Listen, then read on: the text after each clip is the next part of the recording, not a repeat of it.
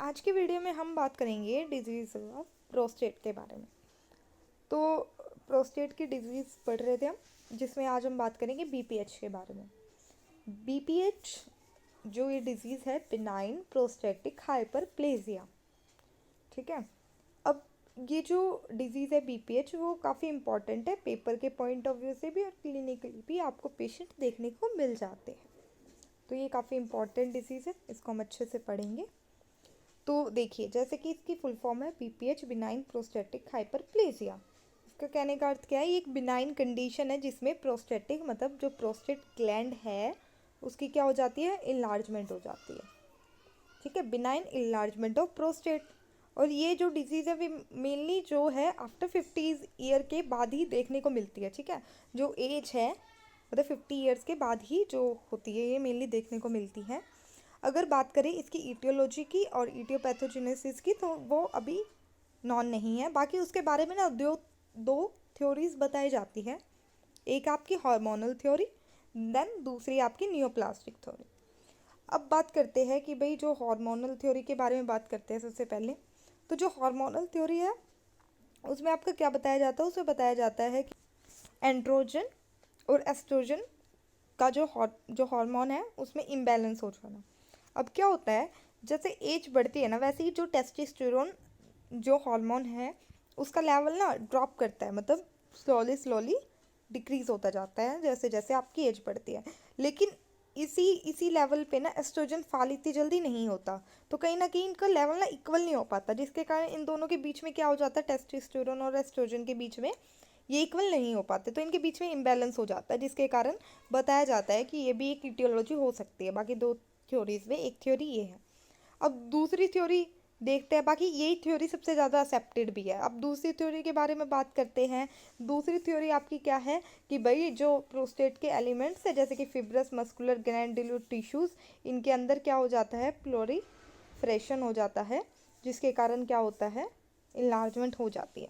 तो दूसरा ये कहा गया है कि भाई जो प्रोस्टेट ग्लैंड है उसकी जो है उसमें जो ग्लैंडुलर या मस्कुलर इनके टिश्यूज़ में क्या हो जाना, प्लोरीफरेशन हो जाना, ठीक है। तो ये हो गया आपका नियोप्लास्टिक थ्योरी, ठीक है। There is proliferation of the all the elements of the prostate fibrous या ग्लैंडुलर टिश्यू, ठीक है। अब नेक्स्ट हम बात करते हैं, तो ये बात तो हो गई हमारी ईटियोलॉजी की। देन हम इसके बारे में बात करते हैं क्लिनिकल फीचर्स के बारे में कि भाई क्लिनिकल फीचर्स क्या क्या आएंगे। फ्रीक्वेंसी क्या मतलब जो है, अगर देखा जाए तो इसमें क्या होगा कि जो पेशेंट है वो बार बार मिक्चुरेशन के लिए या यूरिनेशन के लिए जाएगा। अब उसमें क्या होगा कि ये मेनली नाइट में फ्रीक्वेंसी ज़्यादा प्रेजेंट होगी, इसलिए इसको नॉक्चुरल फ्रीक्वेंसी भी कहते हैं, ठीक है। तो इसमें क्या होता है कि बार बार यूरिन आता है, फ्रीक्वेंसी बढ़ जाएगी आपकी।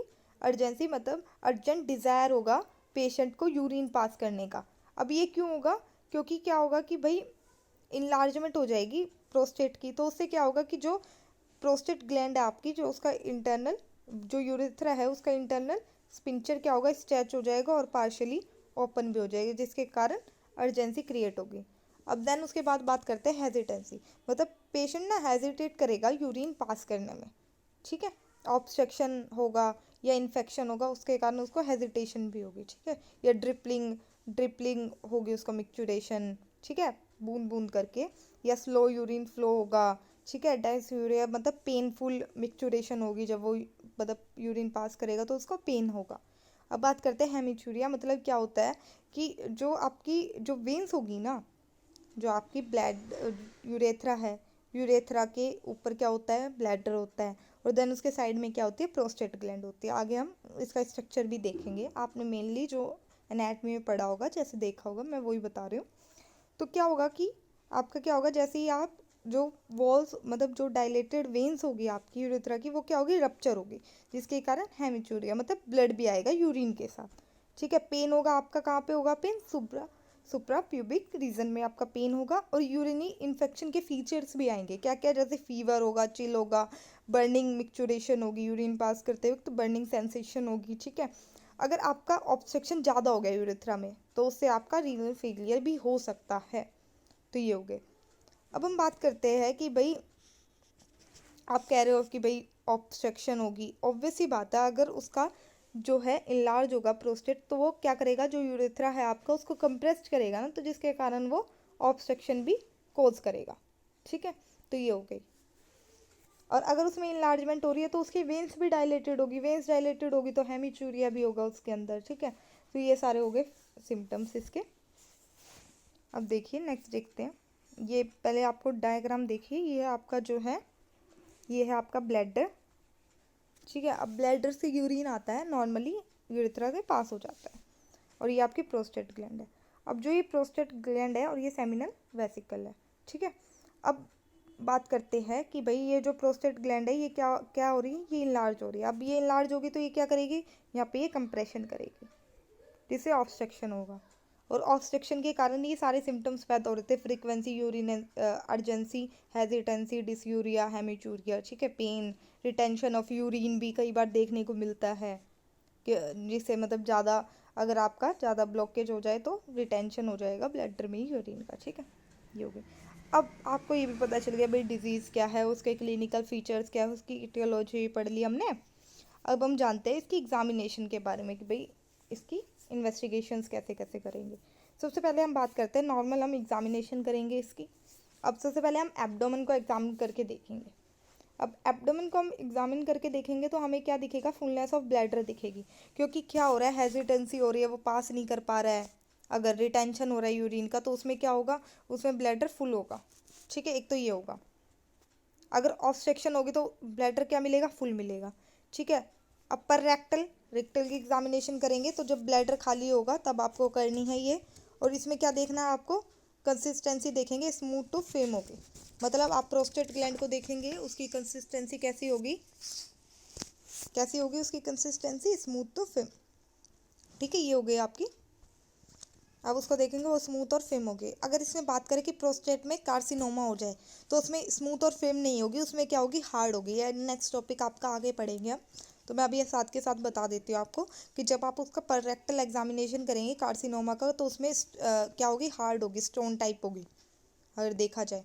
और उसमें क्या होगा कि उसमें लॉब आपको यहाँ पे क्या होगी, इनलार्ज लॉब ईजिली फील हो जाएगी, मतलब जो लेटरल लॉब होगी उसकी प्रोस्टेट ग्लैंड की वो ईजिली फील हो जाएगी। और जो रेक्टल म्यूकोसा होता है ना, वो आपका जो प्रोस्टेट ग्लैंड है उसके ऊपर फ्रीली मूव कर सकता है, बट उसमें कार्सिनोमा वाले केस में नहीं होगा। तो ये दो फीचर्स हमने आपको एडिशनल बताए, आप आगे के लिए याद रख सकते हैं, वरना आगे की वीडियो में हम पढ़ेंगे जब हम कार्सिनोमा पढ़ेंगे। ठीक है, तो ये हो गया। अब बात करते हैं आपकी इन्वेस्टिगेशन की। तो आपको इन्वेस्टिगेशन में क्या कराना है, आपको एलएफटी करानी है।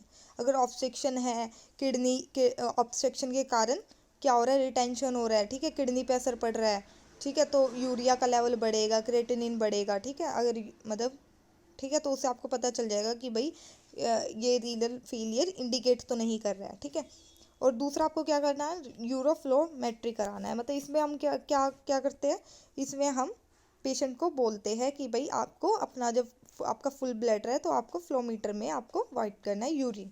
ठीक है, अब उससे क्या होगा कि उसका ना फ्लो रेट पता चल जाता है, यूरिन का फ्लो रेट क्या है। तो नॉर्मल अगर देखा जाए तो यूरिन का फ्लो रेट क्या है, 20 ml/सेकेंड। ठीक है, ये नॉर्मल है। और अगर आपको लग रहा है कि भाई ऑब्स्ट्रक्शन है तो वो कितना मिलेगा, 10 to 15, और डेफिनेट में <<10 ये मिलेगा आपका। देखिए हम आगे देखते हैं, ये देखिए नॉर्मल में तो आपका होगा 20 ml/सेकेंड, डफ्ट फुल में क्या होगा, इसमें गलत दे रखा है वीडियो में जो है, सॉरी, ये होगा 10 to 15 ml/सेकेंड। ठीक है, ये आपका होगा डफ्ट फुल पीक ऑब्स्ट्रक्शन में। और डेफिनेट पीक ऑब्स्ट्रक्शन होगा जब बहुत ज़्यादा ऑब्स्ट्रक्शन हो जाएगा तो वो होगा 10 ml/सेकेंड आपका ये रहेगा। ठीक है, तो ये हो गए। अब आपको यूरिन एग्जामिनेशन करना है कि भाई यूरिन इन्फेक्शन तो नहीं है। ठीक है, अब इसके लिए जो मतलब है डायग्नोस्टिक, ये क्या होगा, पीएसए। पीएसए का मतलब प्रोस्टेट स्पेसिफिक एंटीजन, ये आप लिख सकते हैं अपनी नोटबुक में, नोट डाउन कर सकते हैं, प्रोस्टेट स्पेसिफिक एंटीजन। तो ये क्या है, ये एक टाइप का ग्लाइकोप्रोटीन है, इसको ना हम यूज़ करते हैं कि प्रोस्टेटिक डिजीज़ को मार्क करने के लिए। ठीक है, तो आपको ये प्रोस्टेट पीएसए टेस्ट कराना है, प्रोस्टेट स्पेसिफिक एंटीजन टेस्ट कराना है। ये ग्लाइकोप्रोटीन है जिसको हम यूज़ करते हैं प्रोस्टेटिक डिजीज़ के मार्कर के लिए। और अगर बात करें तो अगर आपको बीपीएच, इसकी नॉर्मल वैल्यू होती है 4 mg/ml। अगर आपको बीपीएच है तो 4 to 10 Ng/ml आपकी जो है वो आपकी वैल्यू आएगी। ठीक है, ये हमने आपको बता दिया। अब बात करते हैं एक्सक्रीटरी यूरोग्राम, मतलब इसमें क्या करते हैं, इसमें हमें किडनी का फंक्शन देखना है। किडनी का फंक्शन देखेंगे हम कि भाई किडनी कैसे फंक्शन कर रही है, सही फंक्शन कर रही है कि जितना यूरिया जो है वो बाहर जा रहा है। ठीक है, ये सारी चीज़ें हम इसमें देख लेंगे एक्सक्रीटरी यूरोग्राम में। अगर बात करें ट्रस, तो ये इसकी फुल फॉर्म क्या है, इसकी फुल फॉर्म है ट्रांसरेक्टल अल्ट्रासोनोग्राफी। इसमें क्या होता है, ये मेनली क्या होता है कि जो कार्सिनोमा वाला केस है ना प्रोस्टेट का, कि प्रोस्टेट में कार्सिनोमा हो जाना, तो वो भी कई सिमिलर होता है बीपीएस से। तो उसको डायग्नोज करने के लिए, कार्सिनोमा को डायग्नोज करने के लिए हम क्या करते हैं, ट्रांसरेक्टल अल्ट्रासोनोग्राफी। अगर कार्सिनोमा होगा तो ये टेस्ट हम करा देंगे। ठीक है, तो वो तो हम सबसे पहले एब्डोमेन की एग्जामिनेशन, मैंने उसको बताया था कि भाई इसमें अगर वो होगा स्टोन टाइप ऐसा फील होगा, रेक्टल म्यूकोसा फ्रीली मूव नहीं करेगी, तो हमें पता चल जाएगा कि हाँ भाई ये कार्सिनोमा का केस भी हो सकता है। ठीक है, देन उसके बाद हम क्या करेंगे, सिस्टोस्कोपी भी करा सकते हैं हम। इसमें हमने काफ़ी सारे टेस्ट जो है इन्वेस्टिगेशन में लिखे, आपका जो मन करे आप एग्जाम में लिख के आ सकते हैं, काफ़ी इजी आप देख सकते हैं। पीएसए आपका इंपॉर्टेंट है, यूरोफ्लोमेट्री आपका इंपॉर्टेंट है, यूएसजी करा सकते हैं आप। ठीक है, यूएसजी से आपको साइज़ और वेट पता चल जाएगा कि भाई कितना है। ठीक है, अब सिस्टोस्कोपी कराते हैं।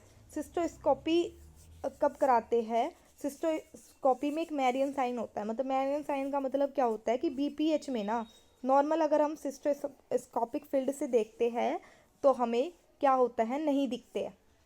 क्या नहीं दिखते, internal urethral meatus and ureteric orifice नहीं दिखते हैं। लेकिन अगर हम बात करें मैरियन साइन क्या होगा, अगर हम सिस्टोस्कोपी कराएंगे तो हमें क्या दिख जाएगा, ये दोनों चीज़ें दिखेगी हमें, यूरेटिक ऑरिफाइस और इंटरनल यूरेथ्रल मीटस, अगर बीपीएच है तो। ठीक है, तो ये हमें किस लिए देखते हैं, हम प्रोस्टेटिक पाउच को देखने के लिए सिस्टोस्कोपी हमें कराई जाती है। ठीक है, अब बात करते हैं कि ये तो हमने बात कर ली इन्वेस्टिगेशंस की, अब हम इसकी बात करते हैं कि भाई इसका मैनेज कैसे करना है इसको। तो मैनेज कैसे करेंगे इसको, अल्कोहल अवॉइड करना है, प्रोस्टेट पे मसाज करनी है। ठीक है, और हमें बेड टाइम पे कम से कम फ्लूइड लेने की कोशिश करनी है। और ड्रग्स हम क्या देंगे, 5 अल्फा रिडक्टेज इनिबिटर्स दे देंगे। ये किस लिए देंगे, अगर लार्ज प्रोस्टेट है तो।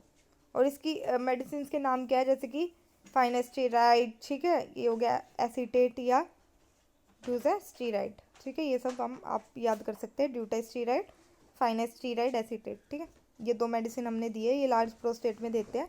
नेक्स्ट हम बात करते हैं अल्फा एड्रेनोजेनिक ब्लॉकर्स के बारे में। तो ये ना जो स्मॉल जो होता है आपका, जो स्मॉल प्रोस्टेट इनलार्जमेंट होगी, अगर वो किससे कम बताई गई, 40 ग्राम से कम, अगर उसके साइज में 40 ग्राम से वो कम आएगी तो हम क्या देंगे, हम देंगे अल्फा एड्रेजेनिक ब्लॉकर्स। और किस लिए देंगे हम, कि जो इंटरनल स्फिंक्टर है उनसे ड्रेनेज अच्छी तरह हो जाए और आगे जाके ये डिजीज़ जो है वो प्रिवेंट करने के लिए इसको हम देंगे कि आगे और इंक्रीज़ ना हो या और इनलार्जमेंट ना हो। ठीक है, तो इसमें मेडिसिन क्या है, टेराजोसिन, अल्फाजोसिन, टेलमिसुलोसिन। ठीक है, ये देंगे हम ब्लैडर नेक का रेजिस्टेंट हटाने के लिए। ठीक है, रिड्यूस करने के लिए। एंटी एंड्रोजन थेरेपी दे सकते हैं क्योंकि इसमें इम्बैलेंस हो रहा था, एंड्रोजन जल्दी लेवल ड्रॉप कर रहा था। ठीक है, ये सारी चीज़ें हम प्रिवेंशन के लिए दे सकते हैं। ठीक है, फिर उसके बाद हम बात करते हैं आयुर्वेदिक ड्रग्स के बारे में। तो वंग बसम दे सकते हैं, काचनार गुंगलू दे सकते हैं, चंद्र प्रभावटी दे सकते हैं, पुनर्नवारिष्ट दे सकते हैं। तो ये सारी चीज़ें हम यूज़ कर सकते हैं।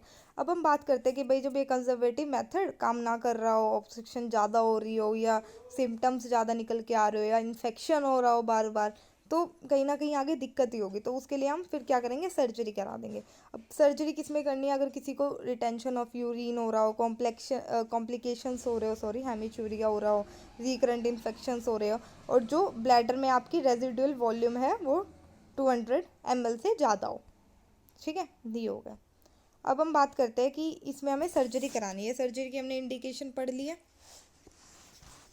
अब देखिए नेक्स्ट हम देखते हैं कि भाई सर्जरी कौन कौन सी करानी है। तो 4 टाइप की सर्जरी इसमें परफॉर्म की जाती है, suprapubic prostatectomy, retropubic prostatectomy, transurethral resection prostate, mainly ये यूज़ की जाती है भाई।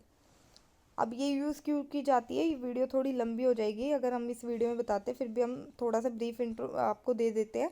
पर ये 4 प्रोस्टेक्टोमी हम आगे पढ़ेंगे, एक वीडियो स्पेशल बनाई जाएगी जिसमें हम इन चारों का पूरा बताएंगे कि भाई इन चारों में क्या किया जाता है, कैसे कौन सी पोजीशन होती है, एनेस्थीसिया कौन सा यूज़ करेंगे, सारी चीज़ें एडवांटेज डिसएडवांटेज सब कुछ बताएंगे। तो ये तो अब यूज़ नहीं होती पेरिनियल प्रोस्टेक्टोमी। ये क्यों नहीं होती, क्योंकि इसमें पेरिनियल यू शेप का इंसीजन लगाते थे हम, इसलिए इसको अब परफॉर्म नहीं करते, प्रोस्टेट पे ही करते थे इसको, ठीक है। अब सबसे ज़्यादा यूज़ होते हैं टब, जो कि ट्रांसयूरेथर रिसेक्शन ऑफ प्रोस्टेट। अब इसमें क्या करते हैं, ये मोस्ट पॉपुलर है आज के टाइम में। रेट्रोस्कोप को पास किया जाता है यूरेथ्रा को देखने के लिए, और साथ के साथ इरिगेशन की जाती है वाटर या ग्लिसरीन से, ठीक है। और फिर प्रोस्टेट को हम रिसेक्ट करके मल्टीपल पीसेस में बाहर निकाल लाते हैं, ठीक है। अब इसमें कॉटरे के मदद से हम इसकी हेमोस्टेसिस भी कर सकते हैं, ठीक है। अब इसमें क्या है कि बस एक ही दिक्कत है कि भाई इसमें जो डिसएडवांटेज है एक ही है कि वाटर से इंटॉक्सिफिकेशन हो सकते हैं, इलेक्ट्रोलाइट इम्बैलेंस हो सकते हैं। तो वाटर की जगह हम क्या यूज़ कर सकते हैं, ग्लिसरीन यूज़ कर सकते हैं, ठीक है। तो ये बात है बस, और कुछ नहीं है। ये हमने बता दिया। ये 3 सर्जरी आपकी बचती है, चौथी भी हम करवा देंगे एक नेक्स्ट वीडियो में। तो अगर आपको ये नोट्स चाहिए तो आप हमारे टेलीग्राम चैनल से जुड़कर ये नोट्स प्राप्त कर सकते हैं, लिंक हमने डिस्क्रिप्शन में दे दिया है। वीडियो पसंद आए तो लाइक करना ना भूलें, सब्सक्राइब जरूर कर दें। धन्यवाद।